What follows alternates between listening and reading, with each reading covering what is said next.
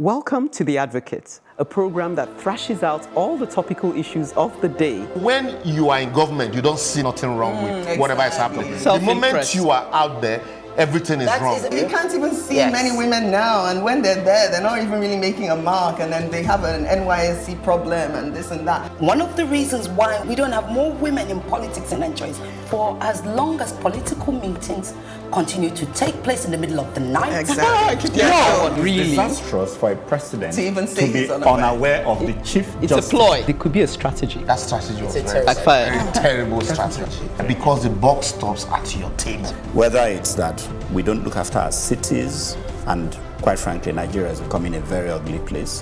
When you are the only one feeding the people with this news and there is nobody countering them, it becomes, the news. You're watching The Advocate on Plus TV Africa. When it comes to interhuman relationships, some attributes are like gold dust. Have you ever been in a situation with someone that you could describe as being in the trenches, and you knew that both of you would go the distance for one another? You found yourself sharing a common bond in that you were facing a common adversity. In that pressure cooker situation, you were able to narrow it down to the bare bones, and you found that what you had in common was the hope of a better tomorrow. It cuts across superficial things like class, couture, cuisine, which clubs you belong to. It certainly puts our "Oga, I'm loyal" in the shade when placed alongside this kind of genuine sentiment. We're talking true loyalty here. We're talking comradeship. For anyone to stay the course through the rough times, there has to be the backbone of loyalty. Loyalty to oneself, to one's children, to a marriage union, to a friendship, to a business project, to one's country.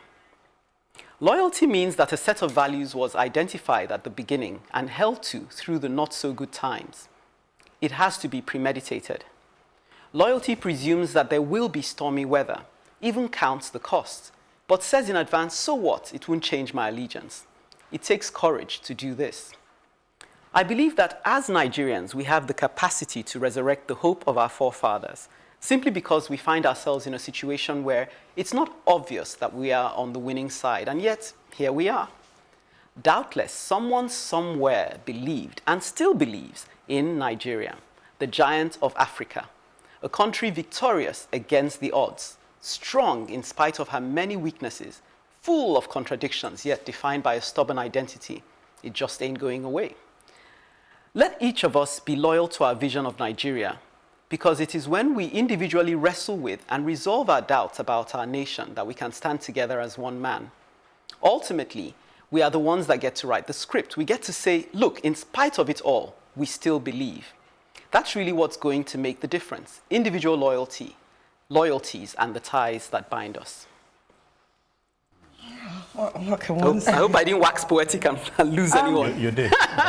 Did I lose you guys? No, I got you. Not the loser's part, no. I've been thinking about loyalty a lot. I don't know, because I find that I tend to, the things I value always seems to boil down to that. When I look at people and I admire them, I tend to find that there's something about their constant, I'm always interested in what makes someone constant. Right. In spite of the fact that they're being pushed, the person keeps showing up for that thing, keeps doing it, come rain, come shine. I find that very admirable. I find it very attractive in a human being. So I then look at it and say, well, you may not be able to vouch for other people's behavior, but if you can manage to say, okay, I've tied down my own allegiance in terms of, give or take, then at least you can make some contribution that will have a lasting value. So being committed to your vision, or being committed to whatever it is you value. Whatever it is. Yes, no, I totally agree. I was thinking about that the other day. I think I was discussing marriage with someone, and they were talking about how love, especially if you fall in love very quickly, that it's usually not real love.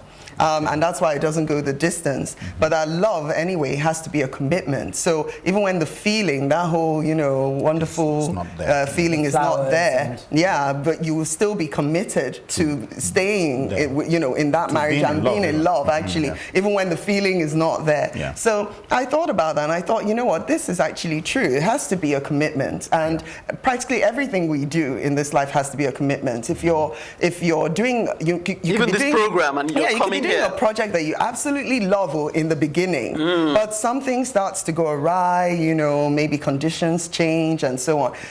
If you stay even the boredom factor sets but in. if you stay committed, then, you know, you've set yourself in through the thick and thin, you know, good or bad, I'm going to see this thing to the end. I must admit, you know, commitment seems to be a major problem of mine. You know, I always feel almost like when things are not going right, just throw in the towel, man. You know, I never feel like I have to be that loyal to a vision to the point that it's making me unhappy or it's restricting me. And, you know, I usually think, you know, I can do away with that. And sometimes you need to. Although Sometimes you need to, but you know, when if you're like me and you do this on a regular, you find that you won't finish a lot of things. Be hard on yourself. No, I have to be honest because you know that's exactly what we're talking about here. Okay. You know, so yeah, I know that commitment. I have to be committed to something. Okay. You know, I have to. So I like that. Yeah. I don't know. I listened to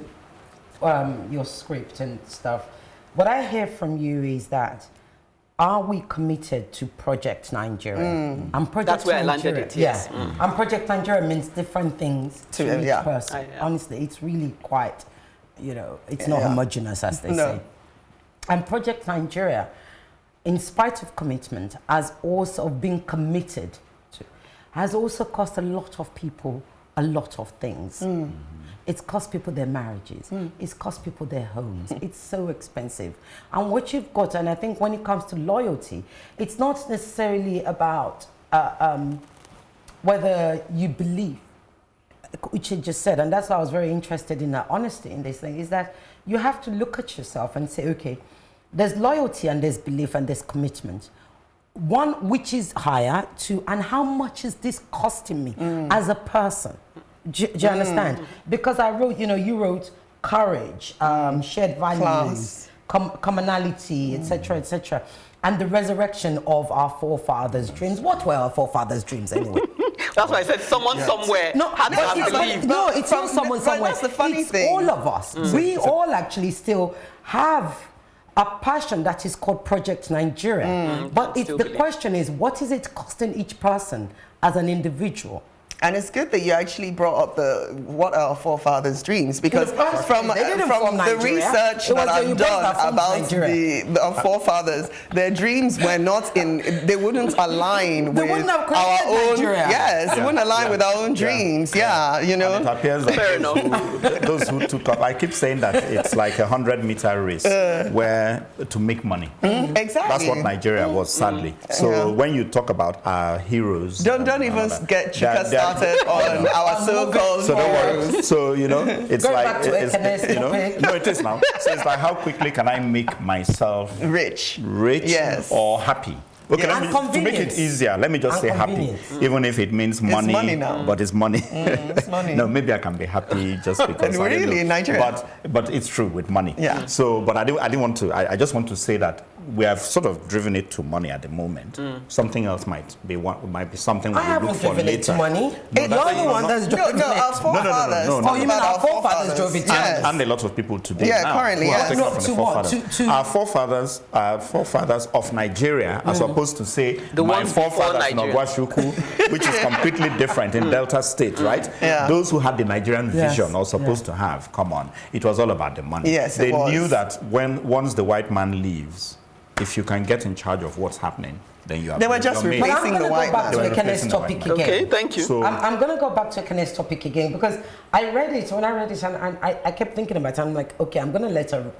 You know, you read something, but sometimes you need to let somebody speak it before it actually connects. Out, yeah. And it really, really does connect with me, because I question, I mean, I'm somebody that prides myself on loyalty and passion, and my sisters would always say, once you're into somebody, like you said to her, once you're into somebody, right? You just she went to Imo State for a wedding. And it's, for me, it's like... That's loyalty. And that doesn't mean I don't see what's bad in that person. What I see is that we all come with idiosyncrasies. And I would like you to accept me for mine, in the same way I've accepted you for yours. And when I love totally. It's like a family thing. Yeah. Extended family. But when I love totally. I love unconditionally. I love warts and all. But what I have learned, and it's and I thought the point you brought in is so important, is I was once asked by, my son's dad, and he said to me when we first started dating, he said, "Do you feel loved?" And that's the difference. It's not whether somebody tells you they love you. It's whether you feel loved. Yeah. And once you feel loved, it's easy to be loyal and committed. Yes. Whether he's even the most rubbish person. Okay, so The fact it's that love that feel, fuels that commitment. You feel that yes. loyalty. No, because he might even be telling you that he... Because that's what our children end up feeling. They feel loved by us because we invest in them. We do this, we do that. We still tell them off. But that's to be rested in somebody else's love, in the love of another. I guess it's which comes first, the chicken or the egg. For example, when you're talking, I'm thinking, okay, if you wait to be loved before you show loyalty, that's one way. But then I'm looking at myself as a mother.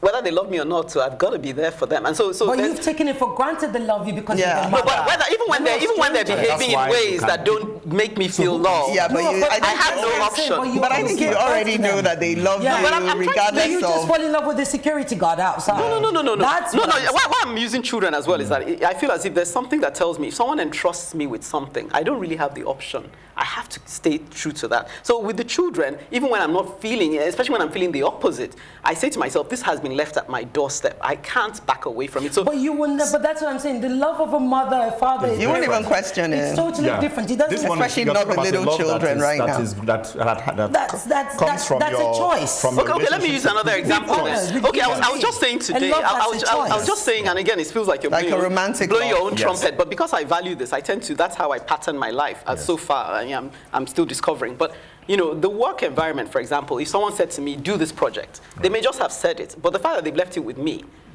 I feel as if I'm carrying the weight of, I can't see how I can. Let me help you. So that's where I'm looking at that loyalty and commitment thing. Whether the person rewards me personally or even appreciates the stress I'm going through, I have Here's where this thing is, and this love thing, I'll help you understand it. There are siblings. Siblings. And I'll actually use myself as an example. One of my sisters, when I was much younger, she said to me, I love you all the time, but sometimes I don't like you. That's what I'm saying. She's my sister, so loving me is a given. Yeah. But liking me is a choice. It's a choice. Okay. So there are times when she likes me, and there are times when she that don't like me. sounds like my sister to me. Yeah, do you understand? Do you get Yeah, she told me. We're a bit like that. But do you understand what I'm saying? And I think, for me, that's where, I really love where Uche took it. And I think, so Project Nigeria, loving Nigeria is a choice. Yes, it is. Yeah. Okay, well, hopefully we've given you food for thought. Now on to the tie that binds you to us, your contributions to our advocacy.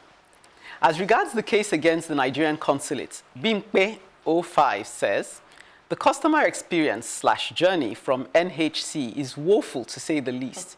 People are tired of the same repeated narrative from them, and it's beyond comprehension at all, she says. Without those corrective measures, we're sure to see many more similar episodes. Watching this space. Keep watching.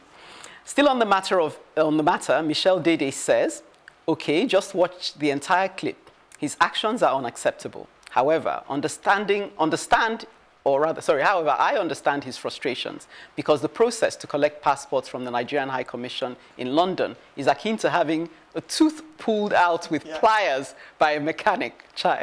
It's actually a lot more frustrating and leaves you dejected, mentally, physically, and emotionally exhausted. I'm feeling her. On the matter of Sickle Cell Day, and on my position, Chinemerem Onwuleri says, my colleagues are of the opinion that your views are extreme. Not ugly, not terrible, extreme. But it's impressive that you hold them. I disagree with you, but I see the beauty in your suggestion. Love should be allowed to bloom, not suffocated or have the life snuffed out of it. But most lovers will fall out of love when the travails of sickle cell comes. The endless days in hospital, the frequent death of children, the pain of loved ones, the guilt of the stubborn decision, the truth that children are as much partakers in the relationship of family as parents. He has more to say, but that's all we can take. Please keep your comments coming in on social media platforms, on Facebook, Plus TV Africa, #TheAdvocateNG, or on Twitter and Instagram, @Plus TV Africa, #TheAdvocateNG. And remember to catch up with our previous broadcasts. Just go to www.plustvafrica.com/theadvocate. Okay, it's time to go on a quick break. And when we return, Ireti ensures we're up to the minute on a trending issue.